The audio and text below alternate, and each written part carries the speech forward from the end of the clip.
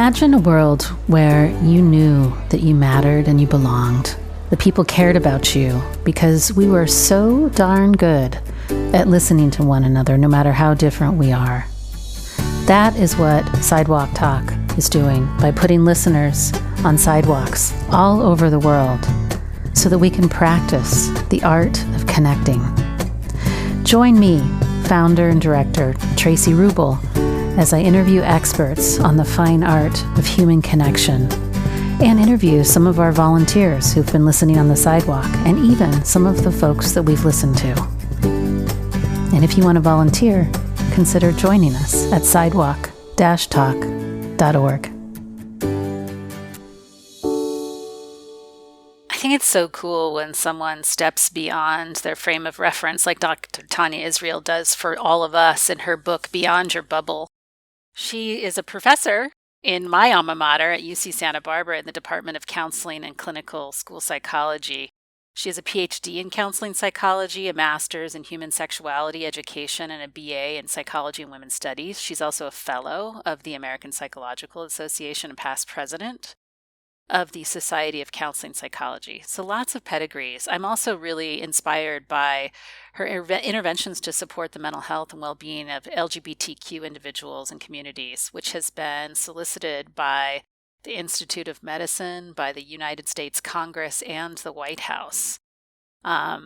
And she's given TED Talks on bisexuality, which has been viewed by many, and she's the director of a project called Project Rise, which is a research team at UCSB that develops and studies interventions to support the psychological health of LGBTQ individuals and communities. So really excited that she brings this complex lens to this dialogue about listening across our political differences.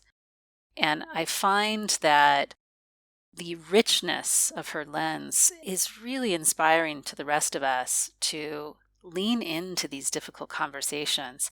And her book, Beyond Your Bubble, is a must-get. It's a must-get. The whole concept of intellectual humility is something that we all could use. So, listen in, buckle up, Dr. Tania Israel.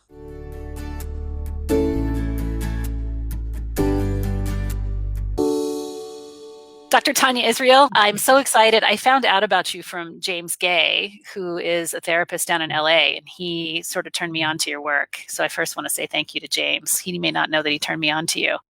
But we just found out that we're both gauchos at UC Santa Barbara.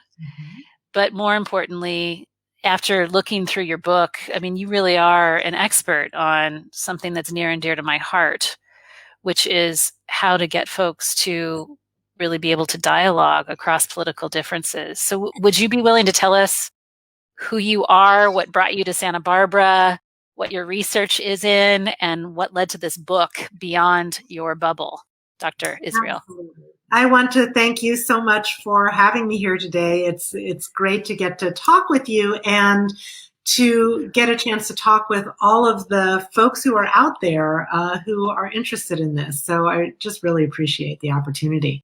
So I have been an academic psychologist for over 20 years now, and I've been at UC Santa Barbara.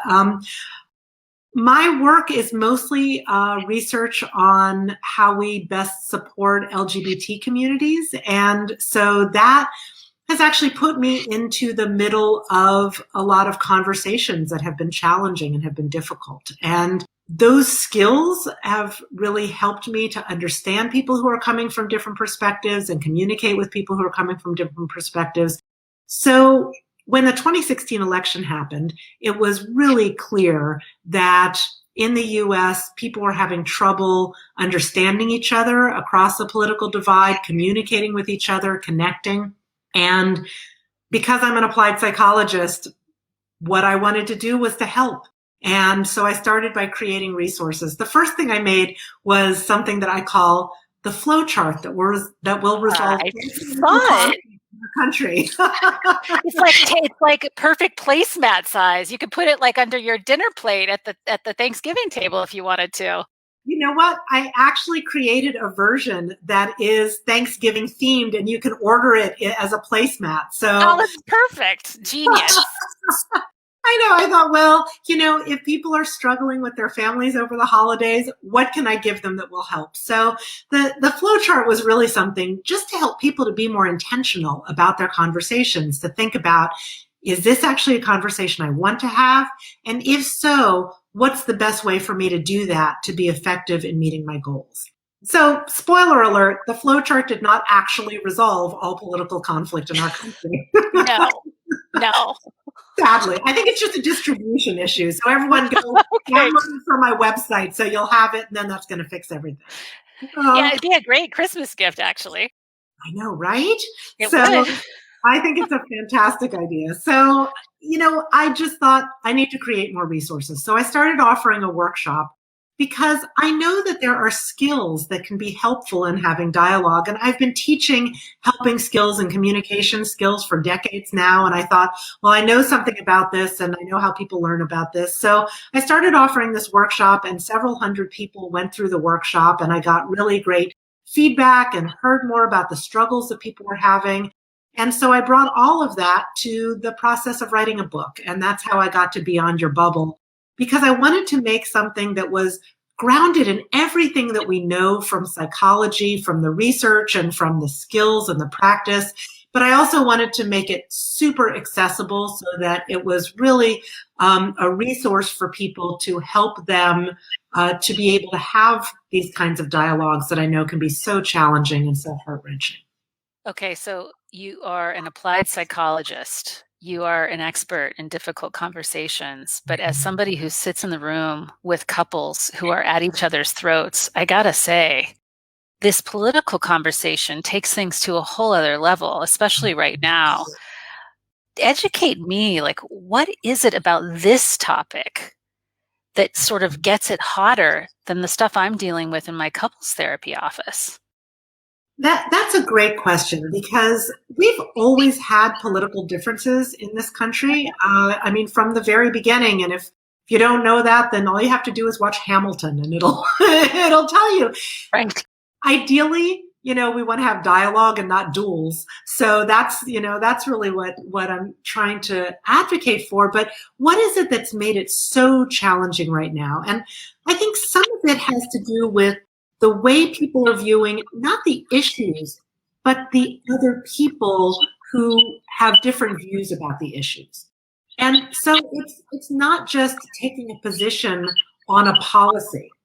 It's about taking a position on people who are on the other side of that policy. And I think that's what's actually creating so much damage right now. And some of that has to do, frankly, with misperceptions of people. So we assume that people who voted a certain way or wear a certain t-shirt or have a certain bumper sticker are the most extreme, of people who believe that. And we believe certain things about their morality or lack thereof. And those ideas about other people are really being shaped by media and social media.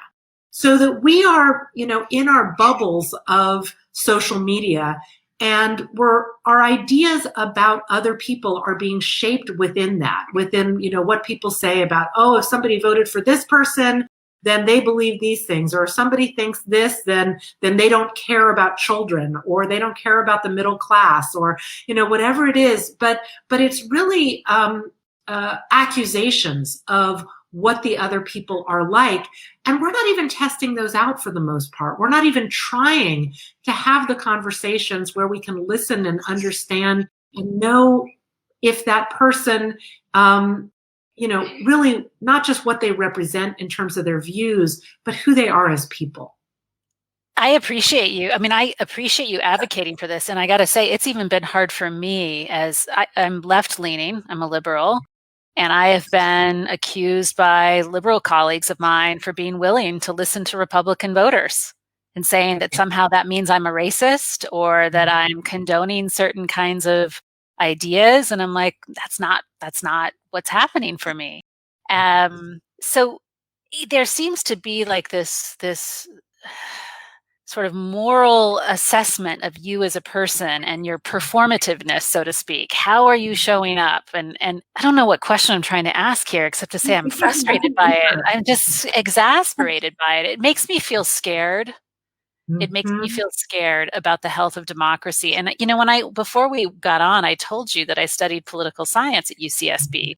And I used to have a kick out of talking about politics because I studied it. I enjoy talking politics as a pastime. And I can't do that anymore. I know it's so challenging right now because it feels like there are certain expectations of the way we're supposed to behave and represent ourselves. I see people post things on Facebook like, if you don't repost this, you're as bad as a white supremacist, or, if you don't believe this thing, it feels like the standards are very narrow in terms of the ways that we can prove what our values really are, and that there's a certain limited standard in that. So this is actually one of the messages that's coming from people at the more extremes of our political spectrum right now that is driving people away from dialogue and also from people who are at those extremes, not wanting to interact with those people. So one of the things we used to be able to do, and before social media and all that, and you might remember the old days when we could have different kinds of conversations with different people. So we could express to people with whom we are in solidarity and we're trying to advocate for the things and values that are important to them. We could communicate to them our solidarity. And then we could have a different kind of conversation with somebody who doesn't already agree with us, somebody who's not on board with that. And that might be a very different kind of conversation where we can't just use our shorthand and our slogans and expect them to see things our way. We might have to listen more. We might have to explain more about where we're coming from. And we might have to tolerate some more discomfort. And we have fallen out of practice with doing that. And if we're in an environment like social media where we can really only communicate one thing out to everyone, then what we sometimes are expected to do is communicate out that solidarity piece, because there are certainly people and populations and communities that need that support and need to know that people are in solidarity with them to feel supported.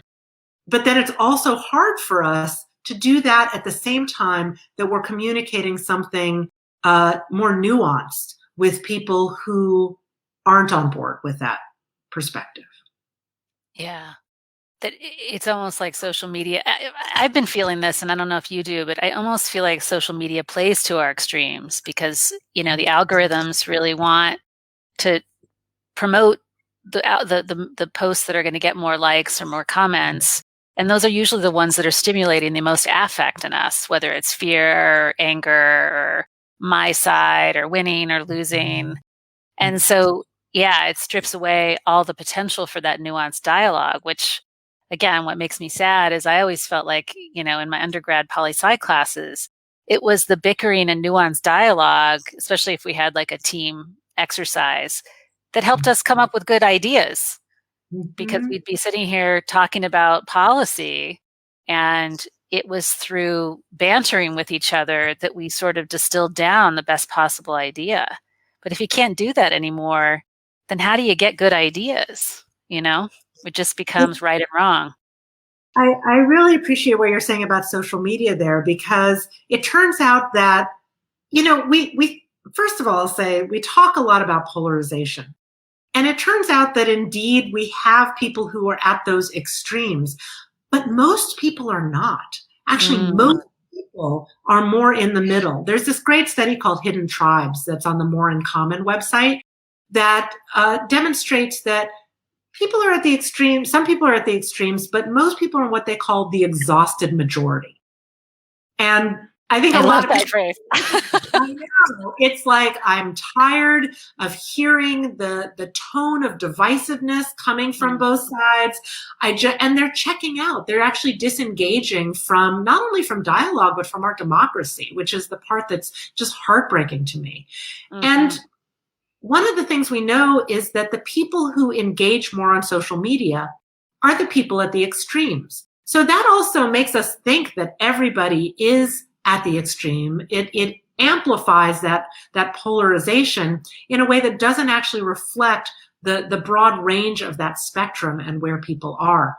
But I was thinking about this in terms of, okay, well, I think you're right. People at the extremes, they'll post things that not only get at people's emotions, but also say something very clear. And people want to repost things that are really clear. People don't necessarily like and retweet someone who says, yeah, I can see both sides of that. Right. I say this all the time. Equanimity is not popular. It's not sexy, nor is nuance, nor is perspective taking. I know. What's popular is the vitriol or the sparkiness or the excitement even of division. I know. We need to make perspective taking sexy, I think. We need to make perspective taking sexy. Mm-hmm. Gosh, that's a challenge. That would be a really fun thing to try to figure out. That's the next Thanksgiving placemat. Or I see that on the shirt already. Perspective taking is sexy. I'm sorry. I'm going to go on a trail here. Oh, go with it.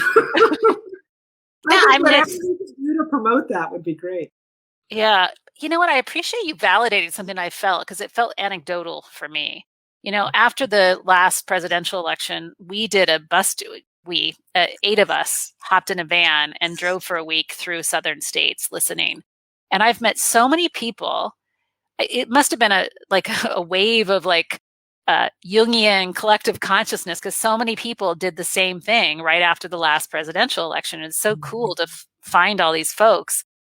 But I too found and am continuing to find after this presidential election the same thing in the listening that I do, that there are people, a lot of people in the center, and also people you might think that all folks from this racial group or all folks from this gender identity or all folks from this sexual identity vote this way. But I'm like, there's a range, and every human story deserves a platform and an opportunity to be heard with that same nuance, because that's part of honoring a life, in my opinion.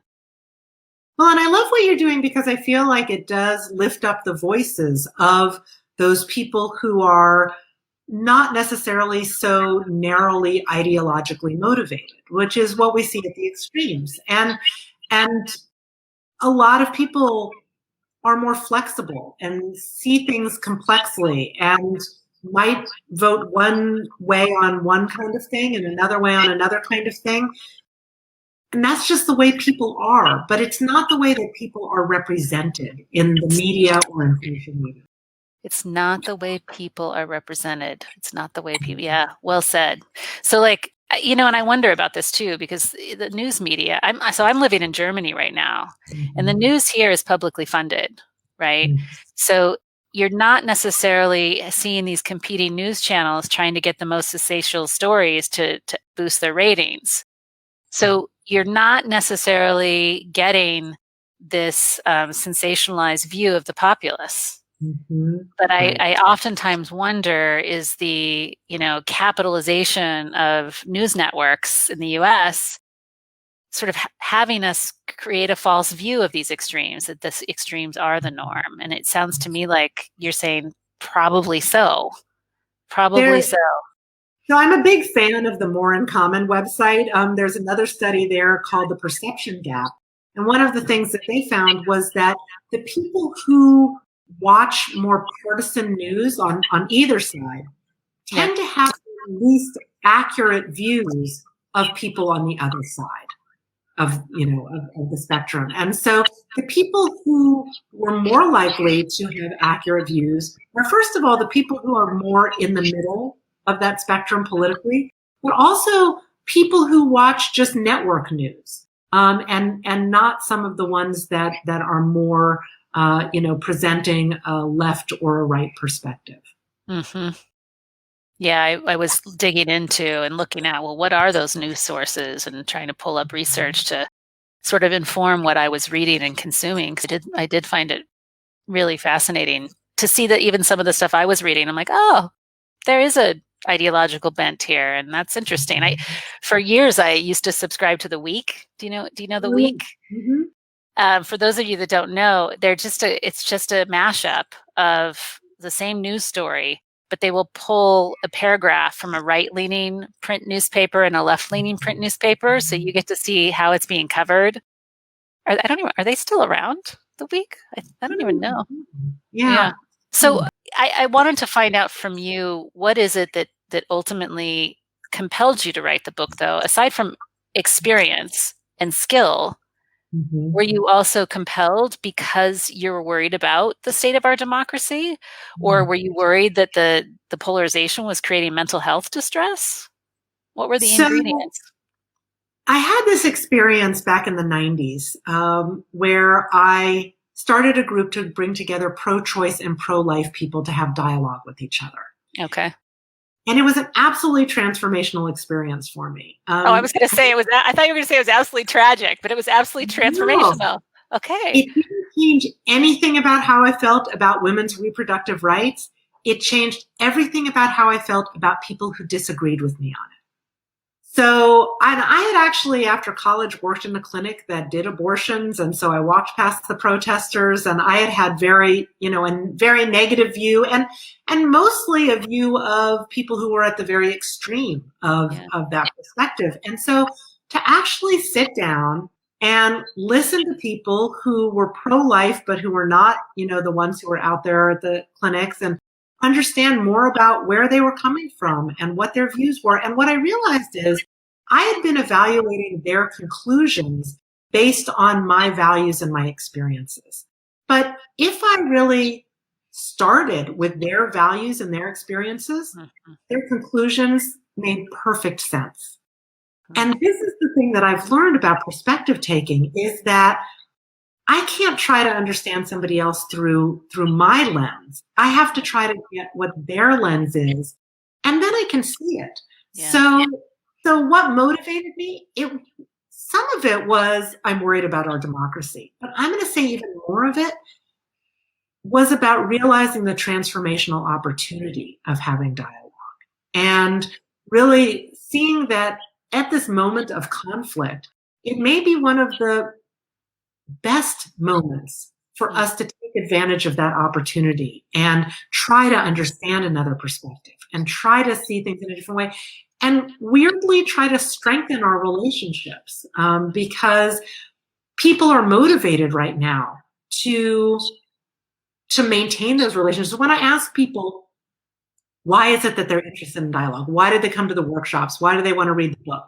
The number one reason is, there's someone in my life who I want to stay connected to, and we're having trouble because we have a disagreement about politics. That's a great motivation. The kinds of skills you need to approach the dialogue, it's exactly what I cover in my book. Listening is really important, perspective taking, how to manage our emotions. And you probably know this already. Those same skills will be beneficial to us in every aspect of our lives. So if we're really motivated to do this now, how great that is that we can actually gear ourselves up with some strengths that will carry us through in terms of being a parent, being a coworker, being a community member, being a leader, all of those things. So I guess I see opportunity, not just tragedy. Yeah. Well, I'm hearing you say that the skill set isn't just applicable listening across political differences, and that it's additive to your life, right? That it can actually make your marriage better, could make your job better, can make your family dynamics better, which I think is a really important point, right? The more that we're able to make space for listening across differences. What do you think are the key skills that, maybe not the key skills, because I want people to buy your book, but what do you think is the one skill that we seem to really be out of practice with? The one that you're like, if you could just work on that one, it would make a big difference. So I want to mention two things. One is a skill and one is more of an attitude. Okay. So in terms of skills, listening, hands down, that's what we need to work on. And that's, of course, what we learn as mental health professionals. And I'm sure that it's something that you bring into your work with couples is helping them to listen to each other, right? Yeah. Yeah. Yeah. It's so important. And, it's what Stephen Covey calls listening to understand rather than listening to respond. That's really it. So, often we're not really listening to somebody when they're talking. We are formulating what we want to say back to them. We want to formulate the way we're going to counter what they're saying while they're talking. If instead we're really trying to understand so that when they stop talking, instead of saying what we think, we can say, oh, here's what I heard from you. Like, here's what you think. And first of all, that is so healing for someone to actually feel understood and feel heard. And it strengthens that relationship. It also might make them more interested in knowing what you have to say. So listening is so powerful. It's such a great skill to have. So that's the skill. The quality that helps somebody to use that skill, I think, is curiosity. Mm-hmm. So we need to actually want to understand before we're motivated to actually apply listening skills. And I came across the literature on intellectual humility when I was writing this book. And I find that it's an aspect of cultural humility, but it's really where we can hold a very strong view about something, but still be respectful of people who hold a different view and curious about them and want to hear more and not feel threatened by someone having a different perspective. Turns out that intellectual humility is also a great skill that will benefit us in our lives, or a great quality that will benefit us in our lives. And so if we can be curious about where someone's coming from, a lot of people say that the reason that they're interested in dialogue is because they simply cannot fathom how someone can think or act or vote as they do. And I'm like, great, if you really can't understand, and you have someone in front of you who could help you to understand, don't you want to find out? Like, don't you want to know? I think it's so fascinating when somebody has a really different take on something. And I would love it if we could come at things with that kind of view, with really being excited about learning where someone's coming from and how they can come from that perspective. Yeah. I've had some experiences through Sidewalk Talk where when we were on our bus tour there, because we were from the Bay Area, there were some assumptions that were made. But what was very interesting was the bridge that was made initially was for me to say, like this one woman said, I don't like the sanctuary city policies. And I said, well, tell me why. What is it about those policies that are problematic for you? And she said, I don't. She made a comment about Mexican Americans, and I said, okay, so tell me what your issues with Mexican Americans having a sanctuary city, like what comes up? And then she brought up safety. I said, oh, safety. So it sounds like safety is really important to you. That's fine. It's important to me too. Mm-hmm. I said, but the policies for safety that are more important to me are gun laws. I said, but it sounds like you and I both have the same goal, but we just have a different idea of how to get there. Because for me, I don't feel threatened by having Mexicans in my neighborhood. Mm-hmm. I feel threatened by having guns in my neighborhood. And then she kind of thought, but I wasn't trying to convince her. I was literally just trying to say, okay, we have the same value, but we see a totally different way of solving this problem. Yeah. And she actually said thank you and then we had an exchange about healthcare, and there was one other point, and it wasn't because I didn't have that energy of trying to change her mind or being mad. I was constantly looking for how we shared the same value and how there might be a difference.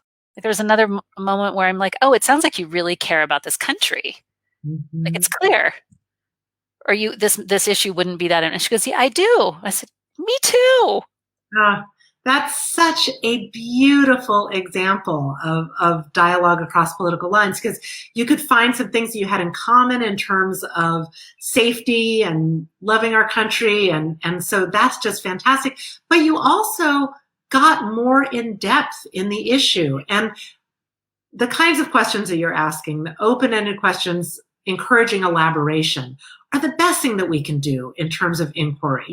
Rather than asking a question that tries to trap somebody into a gotcha, asking a question where we're really like, oh, tell me more. Tell me more, where you are with that. Now, it actually turns out that if you want to persuade someone, that's actually the best thing you can do, is ask people to elaborate. But it's also best if what you want to do is to understand them or to maintain a relationship with them. So what a great job you did, like applying those skills to understand and create a connection. Yeah. Now I want to ask you something though, because she and I were on social media. Mm-hmm. And not always does it go that easily on social media. Oh, no, Is there? Just loved your reaction there. Oh no, never. I mean, is it a total waste of time to even? Sometimes I'm going to be super honest here. Sometimes I feel compelled, especially. Sometimes I feel compelled, especially when I see the combativeness going on, to say, "Hey, can we dialogue about this?" Right? Is that a waste of time? Because my friend Larice is watching right now, and I know she's going to say, she always tells me it's a waste of time. So it depends what you mean by dialogue. If you mean, can we have an exchange back and forth in a chat section, on social media, then I don't think that's actually going to achieve anyone's goals. So here's what we know about perspective taking, is that the more types of input we have about somebody, then the easier it is for us to understand their perspective. So if all we have is what someone's posting on social media, then that's very little information. If we take it offline, even if it's like texting back and forth, that helps a little bit. But what really helps is if we have a phone conversation with someone and we can hear the tone of their voice, that helps us a lot. And then if we can actually see them and get their nonverbals also, that helps. So the more sources of information, the better. So social media, it's so limited and it's also so public that everyone's always trying to manage, like, what is it that I'm putting out there and how are people going to view that? And that's that thing about solidarity versus reaching across lines that doesn't work very well. I honestly think the only useful comment you can make on someone's social media if you disagree with them is, I'm interested to hear more about what you think. Can we set up a time to have a conversation? I love that that's great. I'm taking notes. I appreciate that wholeheartedly. There was one more thing I was going to say, and then I was so intent on listening to you that I wasn't listening to respond. So it's gone. Oh, we're just too present. We're just too present. Gosh darn. Well, no, that's great. Oh, I know what I was going to ask you. Have you seen, there's been a series of these PSAs, but there was, someone just turned me on to these Heineken advertisements from 3 years ago. Did you see these where they had maybe a Black feminist meet with a racist army veteran, and they wouldn't reveal their political views, but would share something they had in common and do a little storytelling? And have a beer. And then they would show video footage on the screen above them after they've had a beer together of their political views, and to watch what happened to their dynamic after that. It was really fascinating. Yeah, absolutely. I saw those, and this is also encouraging, I think, that there are people and organizations and even, beer companies that are looking at how do we bring people together. And so there's a lot of organizations that are doing this, bring living room conversations, Braver Angels. There are groups that are doing that. My book isn't the only book out there. There's other books and other organizations and individuals. I feel like there's something of a zeitgeist going on that's about bringing folks together across political views. And so I'm actually really encouraged by this. And it's not what we mostly hear about in the news. And so I love that you are amplifying this, because I think it's important that people know that if they want to have dialogue or if they just don't want to argue, they're not alone in that. That there's plenty of people, they might not show up as easily in your social media feed, but there's plenty of other people who are in the same boat. Yeah. And I'm glad you shouted out Braver Angels and Living Room Conversations. We've had them both on the podcast. And I actually train with Bill Doherty as well for my couples practice, doing discernment counseling to help couples figure out if they want to break up or not. So I'm a big fan of Bill's. This is great. First, before I ask you my final closing ritual question, how can people find out more about you and find your work? I mean, obviously they can go to Amazon or to their local bookseller and find Beyond Your Bubble, but are there ways that they can take workshops with you? Where can they find you on the internet? Give us a little rundown. If you go to my website, taniaisrael.com, that has lots of information on it. It's got a section on Beyond Your Bubble. And so that has information about, I can do, virtual presentations. I'm getting geared up to start doing virtual workshops, like moving my workshop online in early 2021. And if you're interested in buying the book, obviously, that has all the resources in it. If you want to download the flowchart that will resolve all political conflict in our country, or you want to order a placemat, it's all right there. So that's a good spot to go to. Wonderful.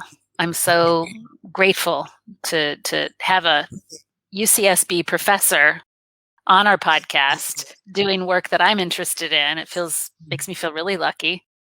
We have a bit of a ritual for how we complete our conversations, which is that I don't have you talk to me, but I invite you to speak directly to our 8,500 listeners around the world, to offer them whatever you feel called, whether it's words of advice or a wish as our ritual to say goodbye. Thank you so much. I feel like the first thing that I want to do is say, I appreciate all of you for listening. I appreciate the values that you are embodying through your listening, through your investment in this community and in this conversation.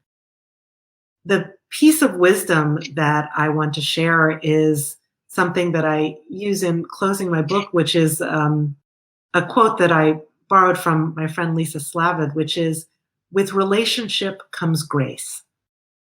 That the more connected we are, the easier it is for us to forgive each other. We will mess up, we will fail sometimes, but we can stay connected. And that's all about how much we invest in other people. And so I would say that that's my piece of wisdom, is keep investing in other people. We need each other, and we can hold each other and knit ourselves back together. Thank you so much for this time, and appreciate you. And you all have information on how to find Dr. Tania Israel's website now in the comments. And thanks for being here so much. Thank you so much. This has been wonderful. Thank you for being here, listening to this episode of the Sidewalk Talk podcast. If you like what you heard, tell your friends, tell your family, like and comment on the podcast publisher that you're listening from, and subscribe. This will help us get the word out about changing our culture to one of connection.